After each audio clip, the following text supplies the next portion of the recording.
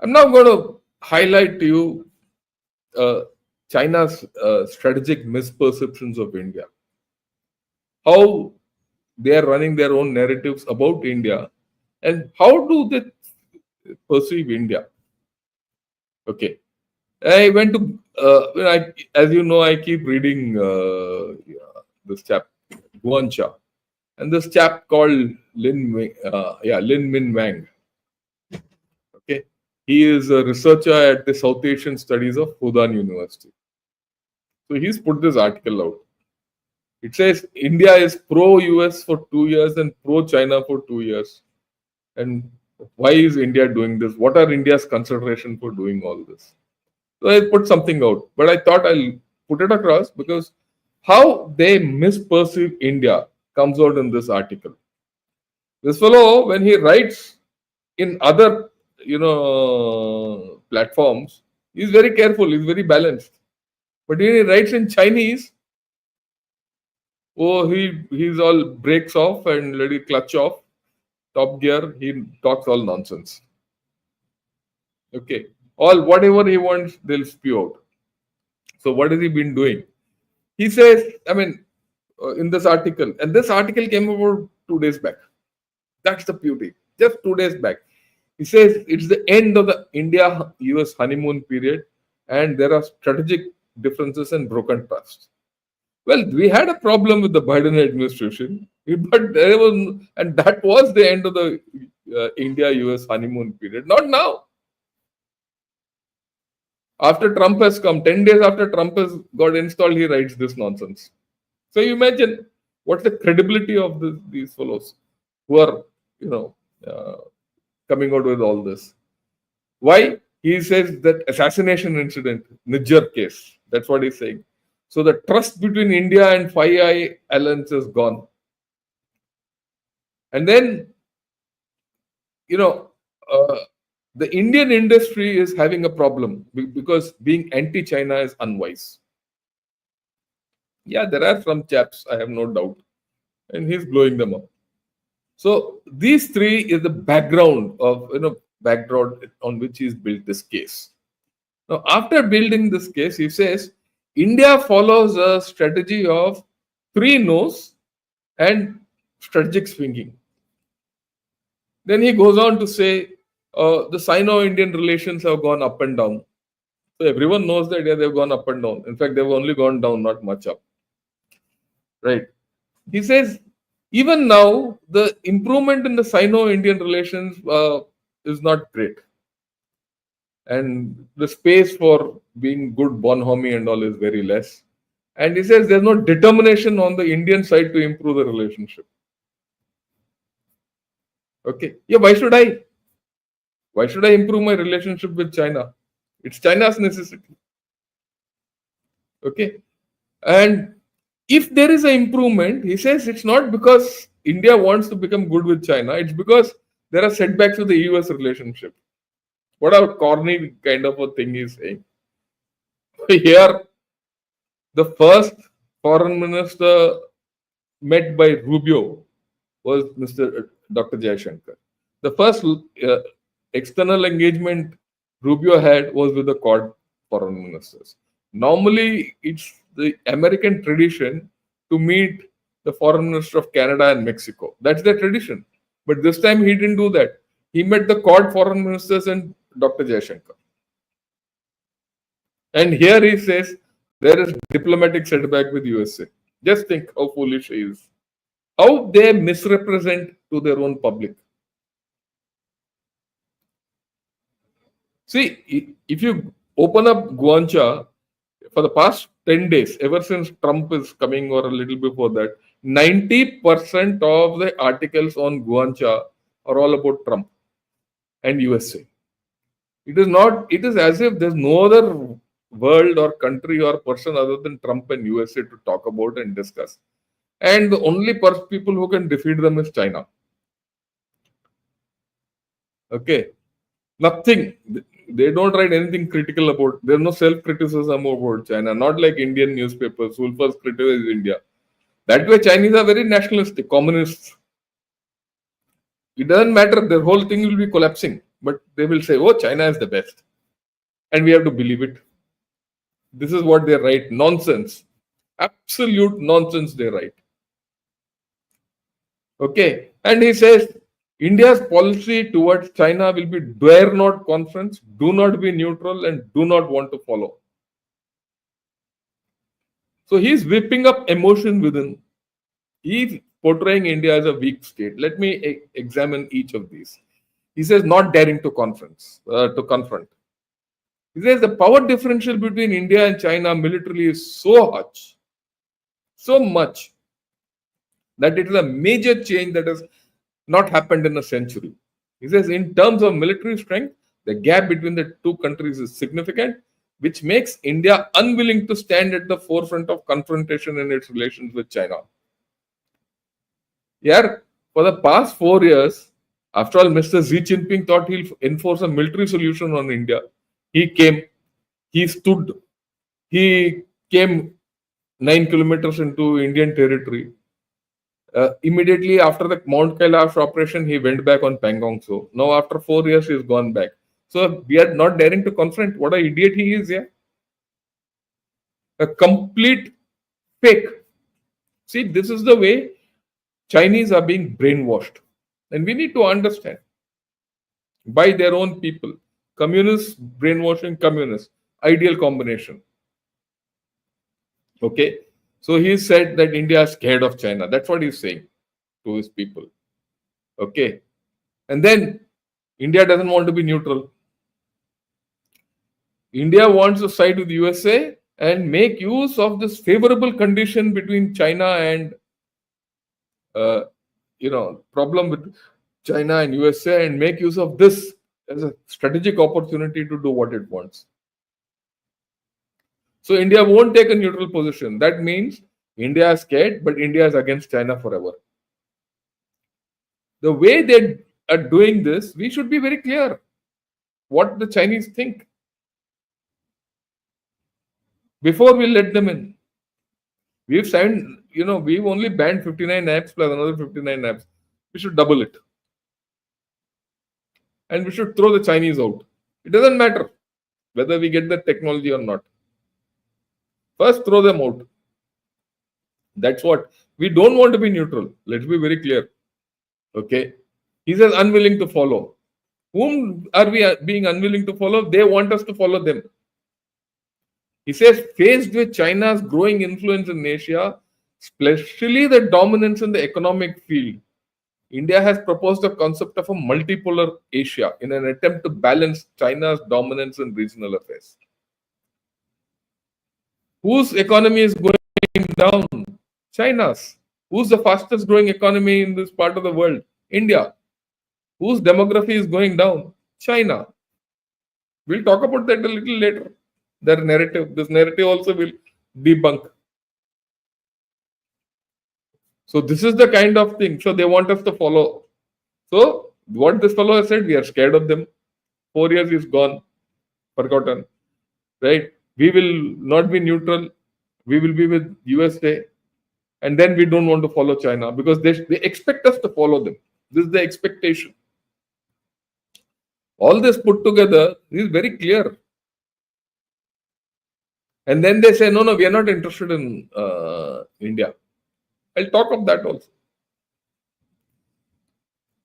So he says, in these conditions, India's strategic, choices will be swinging rhythmically. He says sometimes they will be with Russia and China, and sometimes they will be with the USA.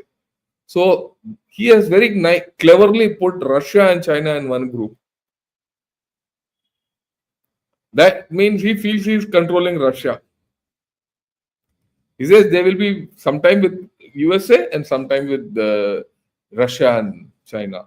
He doesn't know we will be completely against China always. We will not be pro-China ever. Let all Chinese understand. We are not pro-China ever. We might be with USA when it suits us.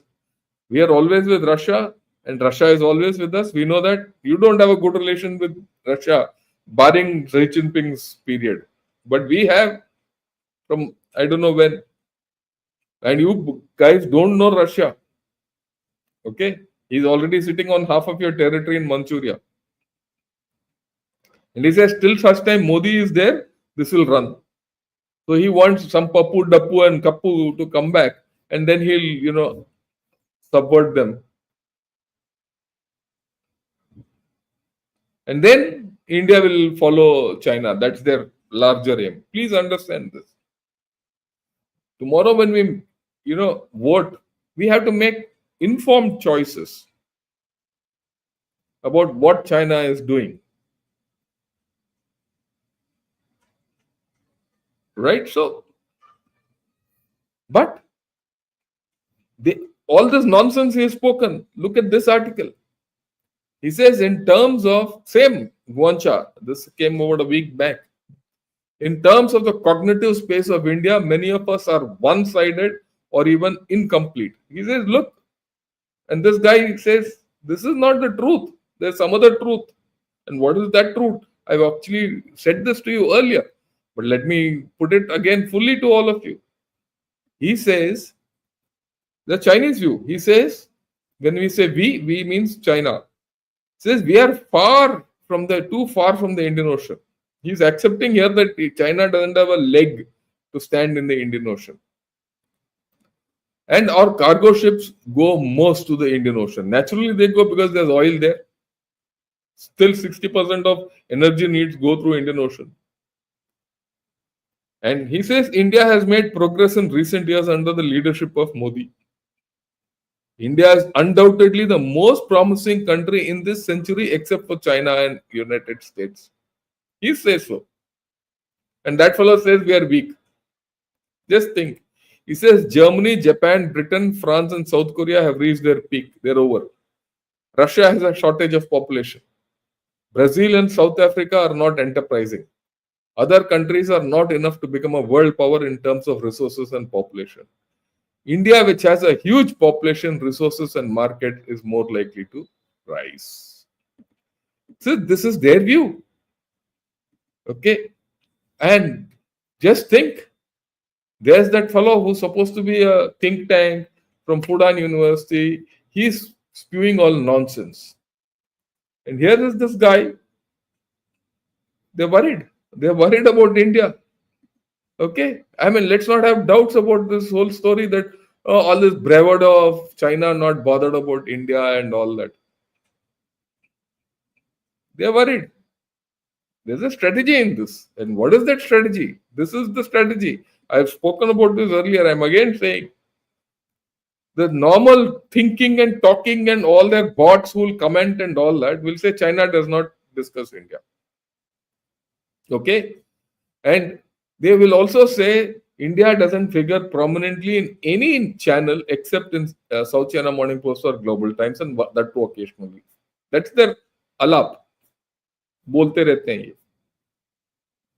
But the fact is, China is besotted with USA. Like I told you, 80% of their thing is about Trump and USA. Today, you take guancha.cn. Guancha is GUANCHA.cn. It's all be on Chinese. Put translate, you'll get to know what their articles are all about. They'll worried about Trump only. Okay? That's the thing. Why they don't want to discuss about India? You have to understand this. He says discussing about, the way I look at it, discussing about India means acknowledging that India is their competitor. They don't want to acknowledge that. They don't want to tell their people that India is progressing. Such articles you will find once in 2020, once in a month or two. By mistake, it will come. Okay. So this is something which we need to understand very clearly, right? That China is playing a game. It acknowledges that USA is its competitor, but not India. And everyone says, no, we're not bothered about whatever you write, all that. Let me also tell you, let me tell all the Chinese bots or the communist guys or people who use Indian names, you can make out. when they use Indian names and come and appear. Or there are guys who are staying in US, UK, who are also bots, Chinese. You mean to say there are no communists there? They're all communist sympathizers. They also come and say the same story. We understand. For all these fellows, I would like to say, my sources invariably are 100% Chinese. I don't quote. Have you seen any quotation from a Indian newspaper? It's either Chinese or neutral or international. Okay. So let's be very clear about what I'm doing. I should make it very clear to you. And this is their core view. There's one guy, Aam Aadmi, who said so. Let me read it out. India must always be contained and should not be careless. They should not be careless. The reason why India vigorously develops aerospace technology is that it wants to exchange aerospace technology for military technology from the West. Once India's military rises, it will invade the Himalayas, right? And that is China's territory.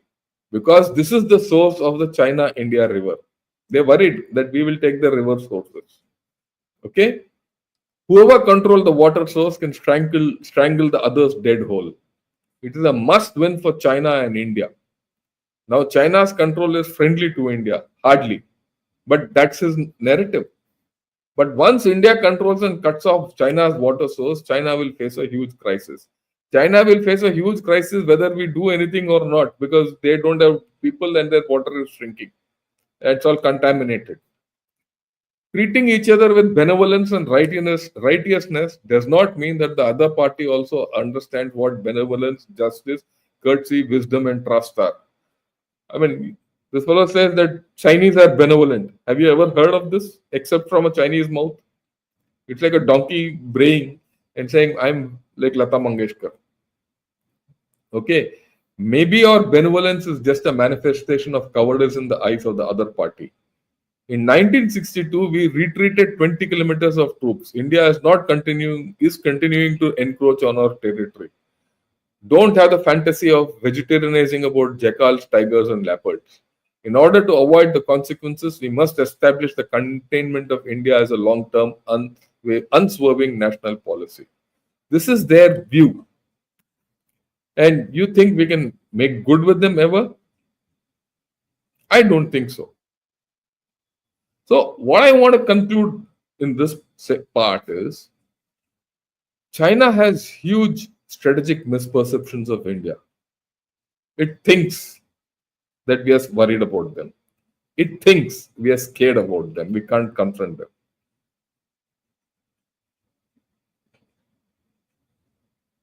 But at the same time, they're worried.